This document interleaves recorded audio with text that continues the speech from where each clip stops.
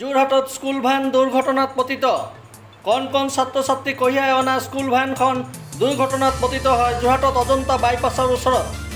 AS03T3898 নম্বৰৰ school ভ্যানখনে ছাত্ৰ ছাত্ৰী লৈ বহতীয়া গাঁৱৰ পৰা ওলাই ৰাষ্ট্ৰীয় ঘাইপথ উঠাৰ সময়তে S04O0036 নম্বৰৰ এখন বলেৰো বাহনে পাছফালৰ পৰা প্ৰচণ্ড জোৰেৰে খুন্দা মাৰে।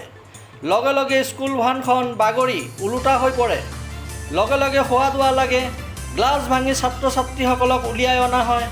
কম বেছি পৰিমাণে আঘাতপ্ৰাপ্ত হৈছে ছাত্ৰ ছাত্ৰীসকল।